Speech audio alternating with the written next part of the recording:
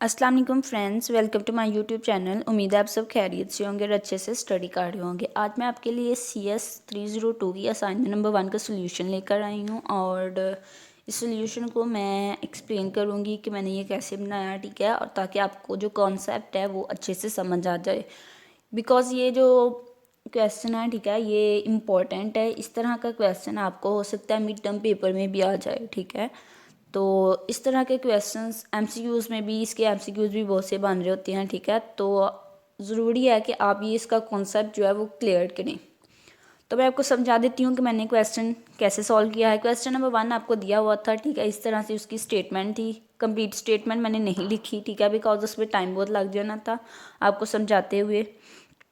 तो ये मैंने स्टेटमेंट लिख ली है, क्वेश्चन जो हमें दिया हुआ था। तो क्वेश्चन नंबर 1 में कुछ इस तरह से हमें स्टेटमेंट दी हुई है। उसमें हमें ये 3 चीज़ें दी हुई हैं, ठीक है। एक वैल्यू दी हुई है, ठीक है, उसकी कौन से फॉर्मेट में, हेक्साडेसिमल, ठीक है, और एक डेसिमल वैल्यू दी हुई है और एक दी हुई है हमें बाइनरी वैल्यू। इन तीनों को सॉल्व करके उसने कहा है कि कोई आपने एक आंसर जो है वो फाइंड करना है और वो आंसर जो है वो आपने ऑक्टल की बेस में भी फाइंड करना है, ठीक है, और हेक्साडेसिमल की फॉर्म में भी फाइंड करना है एंड डेसिमल की फॉर्म में भी फाइंड करना है। तो सबसे पहले मैं आपको एक चीज़ क्लियर कर दूं, ठीक है। हमारे पास 4 बेसिस हैं, ठीक है। एक बेस है बाइनरी की बेस होती है 2, ठीक है, ये वाली वैल्यू हमारे बाइनरी की फॉर्म में है। और एक हमारे पास होती है 8, ठीक है, जो 8 होती है उसको हम ऑक्टल कहते हैं और ऑक्टल में हमारे पास वैल्यूज़ 8 से कम होती हैं। और एक हमारे पास होती है 16 हमारे पास हेक्साडेसिमल है। हेक्साडेसिमल वैल्यू कौन सी है, इधर ये वाली। उसमें हमारे पास क्या होता है, 16 से कम, ठीक है, इट्स मीन के 15 तक वैल्यू होती हैं, 1 से 16 तक। और एक होती है डेसिमल। डेसिमल में क्या होता है, उसकी बेस हमारी होती है 10, ठीक है, और उसमें वैल्यूज़ होती है 9 तक, 0 से 9 तक। ये देखें, ये डेसिमल वैल्यू है, ठीक है। तो इन तीनों वैल्यूज़ को हमने सॉल्व करके तो हमने इस तरह से ऑक्टल, हेक्साडेसिमल और डेसिमल, ठीक है, इस तरह 3 उसके आंसर्स लिखने हैं। तो सोल्यूशन हम स्टार्ट कर लेते हैं। सबसे पहले मैंने फर्स्ट वैल्यू को लिया, हेक्साडेसिमल वैल्यू को, इसको सॉल्व करती हूँ। तो इसको हमने पहले जस्ट एज इट इज़ लिख लिया। देन मैंने क्या किया, ठीक है, कि इसको थोड़ा इनडायरेक्ट, उसने कहा था कि सॉल्व करना है, डायरेक्ट सॉल्व नहीं करना, ठीक है। तो इनडायरेक्ट मैं इसको सॉल्व कर लेती हूँ। फर्स्ट ऑफ ऑल आपने क्या करना है, ठीक है, जो उसकी बेस होती है 16, इसकी बेस 16 है, इट्स मीन कि हमने 16 से मल्टीप्लाई करना है। मल्टीप्लाई किसको करना है, ठीक है, ये जो अंदर वैल्यूज़ हैं, ठीक है, हर एक वैल्यू को हमने 16 से मल्टीप्लाई करना है। और इसकी वैल्यू वो 0 1 2 3 4 मैंने यहाँ पे दी हुई है। वो कैसे दी हुई है मैं आपको बता देती हूँ, ठीक है। आपने राइट से स्टार्ट करना है और लेफ़्ट तक काउंट करना है, ठीक है। तो ये देखिए 0 1 2 3 और 4, ठीक है। तो इट्स मीन कि हमने 16 की पावर 0 से 4 तक रखनी है।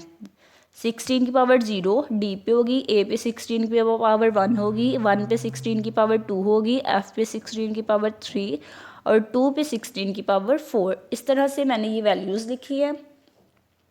इसको लिखने के बाद थोड़ा सिंप्लीफाई करना है। सिंप्लीफाई कैसे किया मैंने, to static as it is लिख लिया। स्टैटिक क्या है, यहाँ पे मल्टीप्लाई का शो कार्ड है। 16 की पावर को मैंने खोल लिया, ठीक है, और 16 को फोर्थ टाइम किया तो इस तरह से मेरे पास कुछ आ गया, ठीक है। तो 16 की पावर 3 तक खोल दिया तो इस तरह से आ गया, ठीक है। इसको थोड़ा सा आपने सॉल्व किया। सॉल्व करने के बाद इस तरह से हमारे पास वैल्यू आ गई। देन हमने उसको हर वैल्यू को 2 से, इसको 2 से मल्टीप्लाई किया, ठीक है। इस वैल्यू को हमने 15 से मल्टीप्लाई किया। थोड़ा सिंप्लीफाई करके हमारे पास कुछ इस तरह से आ गया। देन हमने तमाम वैल्यूज़ को एडअप कर लिया। एडअप करके हमारे पास इस तरह से एक डेसिमल में आंसर आ गया। तो अब आपको ये कैसे पता चला कि ये डेसिमल में है, बिकॉज ये देखिए तमाम वैल्यूज़ जो है वो 10 से लेस है। तमाम वैल्यूज़ 10 से लेस हैं, इट्स मीन के 9 तक है। तो जब 0 से 9 तक वैल्यू होगी तो इट्स मीन ये डेसिमल वैल्यू है। डेसिमल लाने के बाद हमने क्या किया, हमने इसको ऑक्टल में चेंज करना है। ऑक्टल में हम कैसे चेंज कर देंगे, ये देखें 8 किधर आ गया, इसको मैंने इधर लिखा था। ऑक्टल में कैसे चेंज करेंगे, ऑक्टल में आपको पता है बेस 8 होती है, ठीक है। तो इसलिए हमने इसको 8 बेस से काट के, तो इसको डिवीजन मेथड से हमने इसको सॉल्व किया है। डिवीजन मेथड में कैसे सॉल्व किया है, ठीक है, 8 बाहर रख लिया और इसको हमने अंदर रख लिया। अंदर रखने के बाद हमने क्या करना है कि हमने इस वैल्यू को इससे डिवाइड करना है, ठीक है। तो इसको मैंने डिवाइड कर लिया और ये जो मैंने यहाँ पे लिखी हैं ये रिमाइंडर्स मैंने लिख ली हैं। इसको डिवाइड करने के बाद मेरे पास रिमाइंडर 5 बच गया, तो वो मैंने यहाँ पे लिख दिया। अब ऊपर जो ये वैल्यू है ये तो बहुत लेंथी है, ठीक है, बहुत टाइम लग जाएगा। मैं आपको नीचे बता देती हूँ थोड़ा सा कि मैंने इसको कैसे ये डिवाइड किया और रिमाइंडर कैसे बचा। ये देखिए 8 को जब हम 5 टाइम्स करेंगे, ठीक है, तो बाहर 8 है, अंदर 47 है, तो 8 को हम 5 टाइम्स करेंगे तो हमारे पास 40 आता है, इसलिए मैंने 5 लिख लिया, ठीक है। और 40 में से 7 जो है वो एक्स्ट्रा है, ठीक है, 40 में, तो वो एक्स्ट्रा रिमाइंडर बच गया, वो रिमाइंडर मैंने यहाँ पे लिख लिया। सेम एज इट इज़ ऊपर भी मैंने किया है। इस तरह करने के बाद हमने इसका आंसर कैसे लिखना है, आंसर हमने कैसे लिखना है, हमने यहाँ से 5 से स्टार्ट करना और इस तरह से ऊपर को हमने जाते हुए आंसर लिख लेना। जैसे पहले 5 आएगा, देन 7, फिर 0, 6, 5, 5, बेस इसकी क्या होगी, ये वाली 8। तो इस तरह से मैंने यहाँ पे लिख लिया। ये देखिए इसको सॉल्व करके हमारे पास इस तरह से ऑक्टल में आंसर आ गया। देन मैंने क्या किया, मैंने दूसरी वैल्यू को ले लिया, ठीक है, फर्स्ट सॉल्व हो गया। दूसरी वैल्यू जो ली वो थी मैंने, ठीक है, वो 10 डेसिमल की फॉर्म में थी, ठीक है, उसकी बेस 10 थी, तो उसको भी हमने ऑक्टल में करना है, 8 की बेस में लेके आना है। सेम एज इट इज़ जैसे मैंने ऊपर किया था यहाँ पे भी मैंने कर लेना है। डिवीजन मेथड से मैंने इसको सॉल्व किया सेम उसी तरह, ठीक है। यहाँ से भी मैं थोड़ा सा आपको नीचे से बता देती हूँ कि मैंने कैसे किया है। ये देखिए 8 को जब हम मल्टीप्लाई करेंगे 25 से, रुकेंगे थोड़ा सा, इसको मैं थोड़ा सा सही कर लेती हूँ, ठीक है, ताकि आपको कंफ्यूजन ना हो। ये इधर है और ये इधर है, ठीक है। तो ये देखिए 8 को जब हम बाहर 8 है, अंदर 25 है, तो इट्स मीन्स 8 को हम किससे मल्टीप्लाई करें कि हमारे पास 25 से लेस या 25 वैल्यू आए, ठीक है। तो जब मैंने यहाँ पे किया 8 3 बार, 8 3 का कितना होता है 24, ठीक है। तो 24 आ गया हमारे पास, 3 मैंने नीचे लिख लिया। 24 में से एक हमारे पास एक्स्ट्रा है, तो वो हमारा रिमाइंडर बच गया, वो मैंने इधर लिख लिया। तो इसी तरह से अब इसका भी आंसर हमने कैसे लिखना है, 3 से स्टार्ट करना है और यहाँ से ऊपर को जाना है। इस तरह से ये मैंने आंसर यहाँ पे लिख लिया कि इसको सॉल्व करके, डेसिमल वैल्यू को सॉल्व करके हमारे पास ऑक्टल, इस तरह से ये आंसर आ गया। देन हमने क्या करना है, हमने थर्ड वैल्यू को, ये वाली हमारे पास जो थर्ड क्वेश्चन में वैल्यू थी, ठीक है, इसको भी मैंने सॉल्व करके इसका भी ऑक्टल में आंसर ले लेना है उसी तरह से, ठीक है। ये बाइनरी फॉर्म में था, इसको मैंने उसी तरह से करना है, ठीक है। पहले मैंने क्या किया कि 3 का पेयर बना लिया। 3 का पेयर मैंने क्यों बनाया, 3 का पेयर मैंने इसलिए बनाया कि यहाँ पे हमारे पास बेस है 2, ठीक है। तो इट्स मीन कि 2 से लेस वैल्यूज़ हमारे पास यहाँ पे होती हैं 1 और 0, ठीक है। और ये देखिए 2 तक ही हमें रखना है, तो 0 1, 2 से लेस कितनी, 2 या 2 से लेस कितनी वैल्यू हमारे पास होती हैं 0 1 और 2, ठीक है। तो इसलिए हमें बेस जो यहाँ पे देनी है 2 की पावर जो रखनी है वो 0 1 और 2 3 ही होगी, ठीक है। इसलिए मैंने 3 वैल्यूज़ का पेयर रख लिया। 3 वैल्यू को हमने हर वैल्यू को 2 से मल्टीप्लाई करना है और उसकी पावर 0 1 2 रखनी है, ठीक है। तो यहाँ से मैंने स्टार्ट किया, लेफ़्ट से हम राइट जाते हैं, तो यहाँ से लेफ़्ट से मैंने स्टार्ट किया और राइट गई, ठीक है। तो ये देखिए 0 1 और 2, फिर मैंने लेफ़्ट से स्टार्ट किया और राइट पे जाना है, ठीक है। 2 की पावर 0, 2 की पावर 1 और 2 की पावर 2, इसी तरह से इस होल वैल्यू को आपने कर लेना है।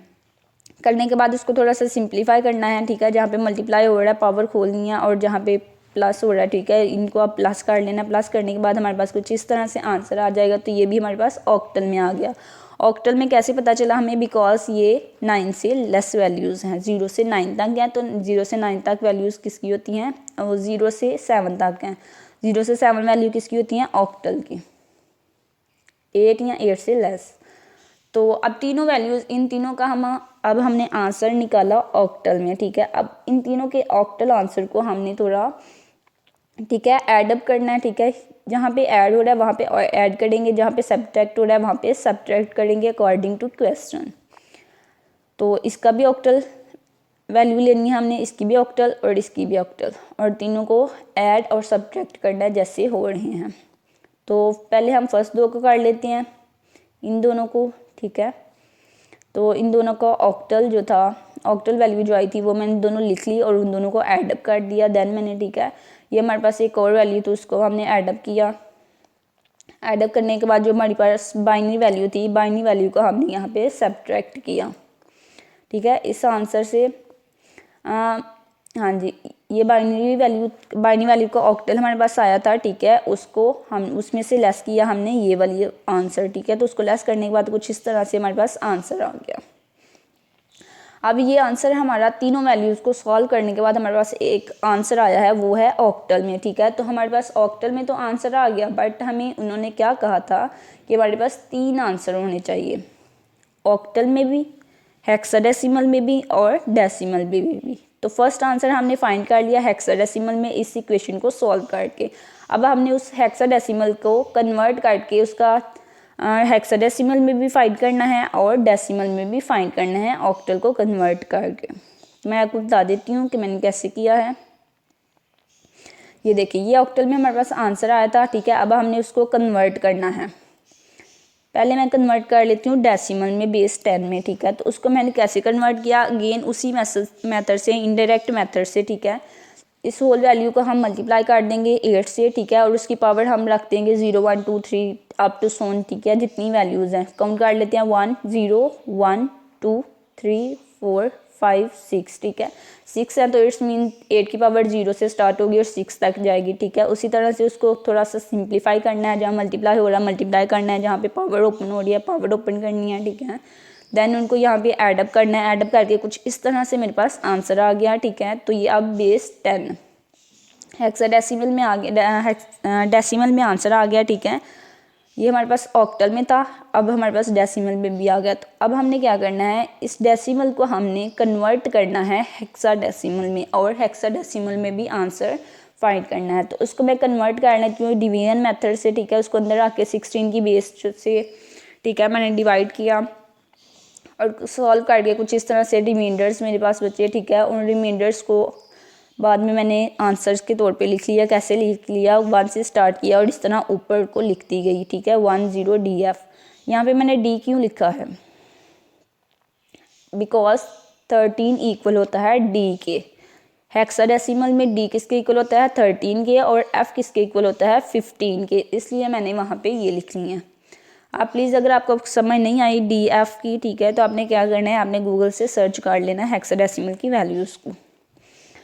तो सो फाइनल आंसर हमारा आ गया, ठीक है, ऑक्टल में भी, हेक्साडेसिमल में भी और डेसिमल में भी। यही आपका फाइनल आंसर है। क्वेश्चन नंबर 2 एक हमें दिया हुआ है। क्वेश्चन नंबर 2 को भी मैंने सोल्यूशन आपके लिए लिख दिया है, ठीक है। तो ये वाली वैल्यू थी हमारे पास, मैं ऊपर एक दफ़ा लिख देती हूँ,